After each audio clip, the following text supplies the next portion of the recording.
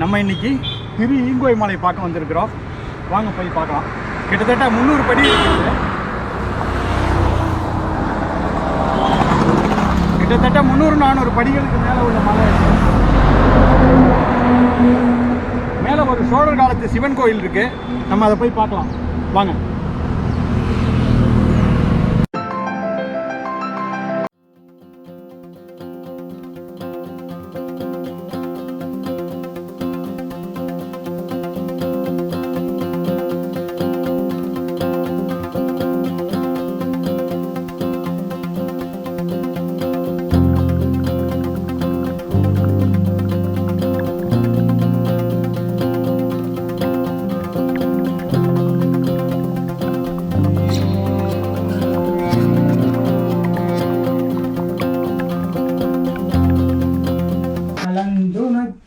நான் தருவேன் கோலம் செய் துங்க கரிமுகத்து தூமணியே நீ எனக்கு சங்கத்தமிழ் மூன்றும் வாக்குண்டாம் நல்ல மரமுண்டாம் மாமலரா நோக்குண்டாம் மேனி நுடங்காது பூக்கொண்டே துபா திருமேனி தும்பி கையான் பாதம் தப்பாமல் தாழ்வார் தமக்கி. சித்தரில் முதன்மையானவர் போகர்னு பேர் இவருக்கு. இவர் சிறந்த வைத்தியர். பழனிமலை முருகன் சிலையை செஞ்ச சித்தர் இவர் தான். அவர் இங்க வாழ்ந்த இடம் இங்க தான் அந்த பழனிமலை முருகன் சிலையை செஞ்சதாக சொல்றாங்க. செஞ்சு அவருடைய கடைசி காலம் அது பழனியில கொண்டு பிரதிஷ்டை பண்ணிட்டு அங்கேயே சமாதி ஆயிட்டார். அதாவது இங்கேருந்து அதாவது பழனி முருகன் சிலைய செஞ்சு அந்த நவபாஷான சிலைய செஞ்சு எடுத்துட்டு போய் அங்க பிரதிஷ்டை பண்ணிட்டு அங்கேயே சமாதி ஆயிட்டார். அதுதான் போகர் வாழ்ந்த இடம். இந்த திரு ஈங்கோய் மலை திரு ஈங்கோய் மலை அது எப்படி பேர் வந்ததுன்னா, அகஸ்தியர் சிவனை ஈ வடிவமா வழிபட்டாராம். அதனாலதான் இந்த ஊருக்கு ஈங்கோய் மலைன்னு பேரு. இப்ப இன்னும் கொஞ்ச நேரத்துக்கு முன்னாடி வந்தீங்கன்னா அந்த கோயில் பூட்டி இருக்கோம். நான் இப்பதான் வந்தேன். நீங்க நினைச்சு கோயில் பூட்டி இருக்கேன்னு நினைச்சுவீங்க. அது மாதிரி அகஸ்தியர் சிவனை வழிபடலான்னு வந்தப்ப கோவில் பூட்டி இருக்கு. பகவானே, நான் எப்பவோ ஒரு தடவை அந்த வழியா வர்றேன், கோவில் பூட்டி இருக்கே, உங்களுக்கு தரிசனம் பண்ண முடியாம போகுதுன்னு மனசுக்குள்ளே வருத்தப்பட்டுக்கிட்டாராம். அப்போ பகவான் அருளால அசரீரி வாக்கு கேட்டுதான், அகஸ்தியா கவலைப்படாதப்பா, என்னுடைய கழுத்துல இருக்கிற என்னுடைய அருளால நீ ஈ வடிவமா மாறி கதவு சந்து வழியா என்னை தரிசனம் பண்ணிக்க. உடனே இவர் பகவான் சொன்ன மாதிரியே ஈ வடிவமா மாறிட்டார். கதவு சந்து வழியா போய் பகவானை தரிசனம் பண்ணிக்கிட்டாராம். அப்புறமும் கேட்டுட்டாராம், பகவானே, நான் நம்ம இப்படியே ஈயா இருக்கிறதாம், இல்ல பழையபடி எனக்கு மனித வடிவம் வருமா? அதுக்கும் பகவான் சொன்னார், கவலைப்படாத, நான் இப்ப என் கழுத்துல இருக்கிற பாம்பை தூக்கி எறிவேன், அது அங்க ஒரு நதியா வரும், அதுல போய் முழுகி எழுந்துரு, உன்னுடைய பழைய வடிவம் வந்துடும். உயர்ந்து பார்த்தீங்கன்னா அங்கே ஒரு வாய்க்கால் பாம்பு மாதிரி வளைவா இங்கே காவேரியில் சேரும். இவர் போகும் பொழுது அந்த வாய்க்கால் இல்லை, தண்ணி இல்லை. வெளியே பார்க்குறாரு, அங்கேருந்து தண்ணி கடகடன்னு ஒடியாருது. பகவான் சொன்ன மாதிரி அதில் போய் முழுகி எழுந்திருச்சார். அவருடைய பழைய வடிவம் வந்துடுச்சு. அதனால அந்த வாய்க்காலுக்கு பேரே கொண்ட உரு மாறி. கொண்ட உரு மாறி அந்த வாய்க்கால் பேரு. ஆமா, அது இங்க காவேரியில் சேரும். சரிங்க சரிங்க. அவர் ஈ வடிவம் வழிபட்டதுனால இந்த ஊருக்கு ஈங்கோய் மலைன்னு பேரு. திரு ஈங்கோய் மலை. ரொம்ப நன்றிங்க.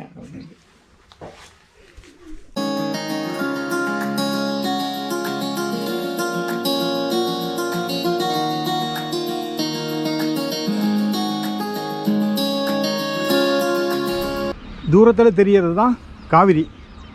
காவிரியோட வடகரையில் தான் இந்த திரு ஈங்கோய் மலை அமைஞ்சிருக்கு. திருச்சியிலேருந்து நாமக்கல் அல்லது சேலம் போகிற வழியில் முசிறி கடந்து 10வது கிலோமீட்டரில் வலதுபுறம் திரு ஈங்கோய் மலை இருக்குது. அற்புதமான மலை. நம்ம அந்த மலையோட பாதி பகுதியில் இப்போ நிற்கிறோம். வாங்க போகலாம்.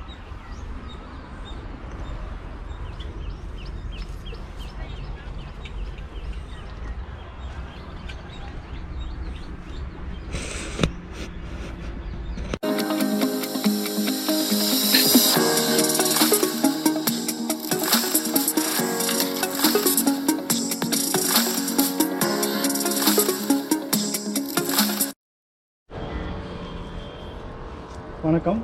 நம்ம ஒரு வழியாக மேலே ஏறி வந்துட்டோம். ஈங்கோய் மலை மேலே வந்துட்டோம். இதுதான் கோயிலோட வாயில், ராஜகோபுரம். வாங்க உள்ளே போய் பார்க்கலாம்.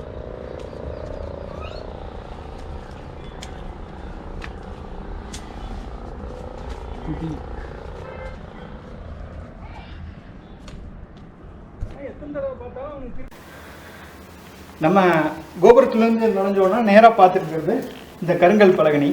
கருங்கல் பலகனிக்கு மிக புகழ்பெற்ற இது தமிழ்நாட்டோட அற்புதங்களில் ஒன்றுன்னு சொல்லக்கூடியது திருவலஞ்சுழி.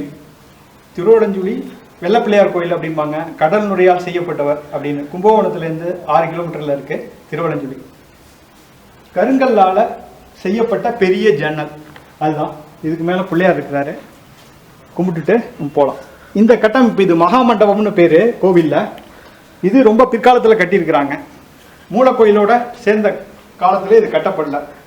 பாண்டியர் காலத்தில் கட்டப்பட்டிருக்கலாம்.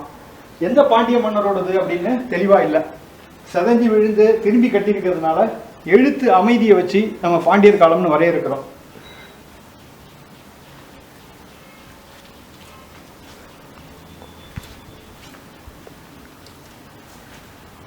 கோவில் கட்டுமானத்தை வகைப்படுத்திக்கிறது அப்படிங்கிறது ஒரு அற்புதமான விஷயம்.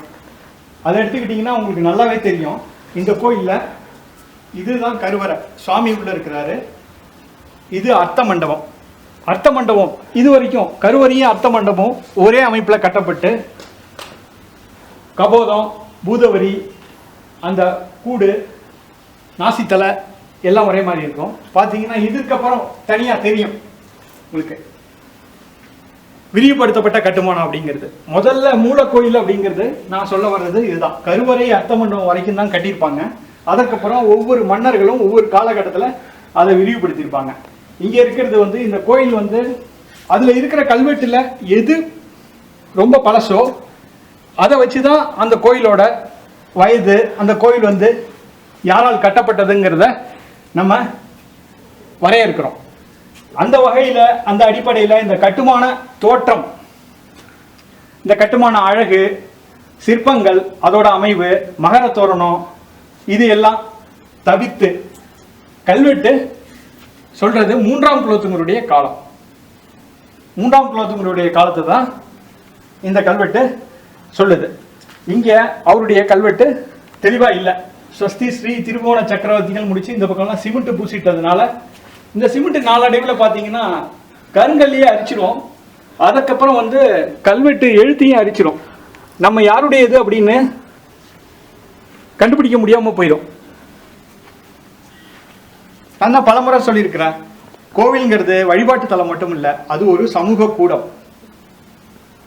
அப்படிங்கிறப்ப அதில் தான் முன்ன என்ன செஞ்சாங்க, ஏது செஞ்சாங்க அப்படின்னு எல்லாமே பதிவு பண்ணி வச்சிருக்கிறாங்க. அப்படிங்கிறப்ப கல்வெட்டு ரொம்ப முக்கியமானது. அதை பாதுகாக்க வேண்டியது மிக அவசியம். அது மேலே சுண்ணாம்பு அடிக்கிறது, சிமெண்ட் தடுவதெல்லாம் அந்த எழுத்துக்களையே சிதைச்சிரும்.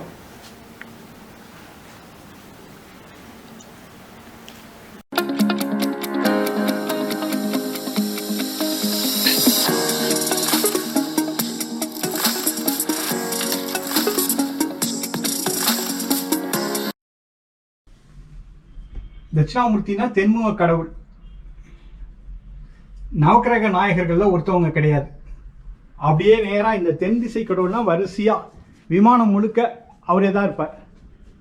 நின்ற நிலை தட்சிணாமூர்த்தி அப்படிங்கிறது வழக்கமாக எல்லா இடத்துலையும் பார்க்க முடியாது. நின்ற கோலத்தில் இருக்கிறார் பாருங்க இந்த தட்சிணாமூர்த்தி.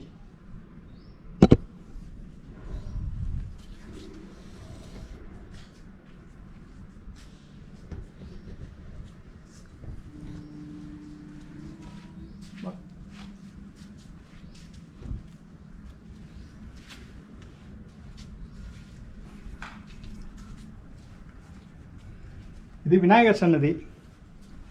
இதுவும் குலோத்துங்கர் காலத்தில் கட்டப்பட்டிருக்கலாம். இவர் குலோத்துங்கராக இருக்கலாம்.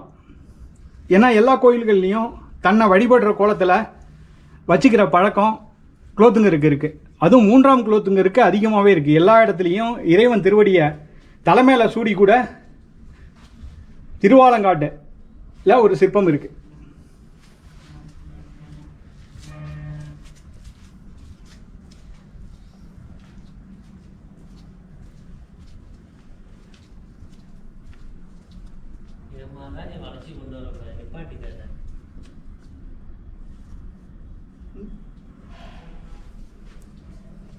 இது முருகன் சன்னதிக்கு பின்புக்கம். நம்ம பாருங்க, இந்த மாதிரி முக அமைப்பெல்லாம் நாயக்கர் காலத்தில் தான் வடிவமைக்கப்பட்டது.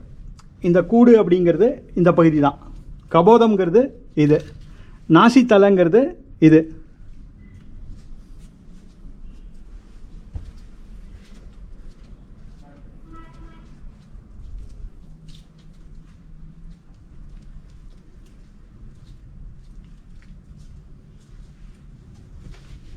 இது ஒரு மகர தோரணம், பூதவரி, அதுக்கு மேலே கபோதம் கூடு, அதுக்கு மேலே யாழி வரிசையாக இருக்கிறது பூமி தேசம்.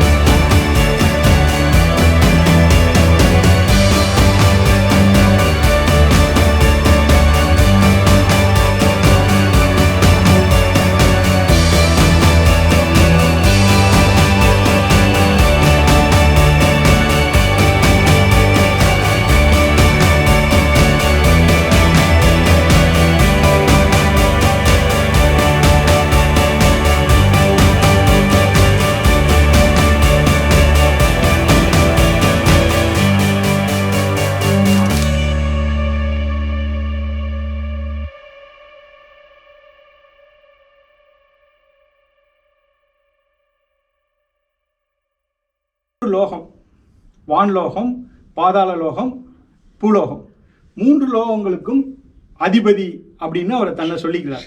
அதனால தான் திரிபுவன வீர தேவர்ங்கிற பேர் வந்து 3ஆம் குலோத்துங்கிறையே சேரும். கிட்டத்தட்ட 800 வருஷம் ஆகுது இந்த கோயில் கட்டி. சேலத்திலேருந்து திருச்சி நோக்கியோ, நாமக்கல்லேருந்து திருச்சி நோக்கியோ, திருச்சியிலேருந்து நாமக்கலோ, சேலமோ இந்த காவிரியோட வடகரை சாலையில் பயணிச்சிங்கன்னா அவசியம் இந்த கோயிலுக்கு வாங்க. காலையில் 10 மணிலேருந்து 6 மணி வரைக்கும் சிவாச்சாரியார் இருப்பாங்க. நான் அவரோட தொலைபேசி எண் குறிப்பிடுறேன், வந்து பார்த்துட்டு போங்க. ஒரு 300-400 படி இருக்கும். ஒரு சின்ன மலை மேலே இருக்குது இந்த கோயில். அற்புதமான சூழல், ரொம்ப அழகான கோயில். வந்து அவசியம் பாருங்கள்.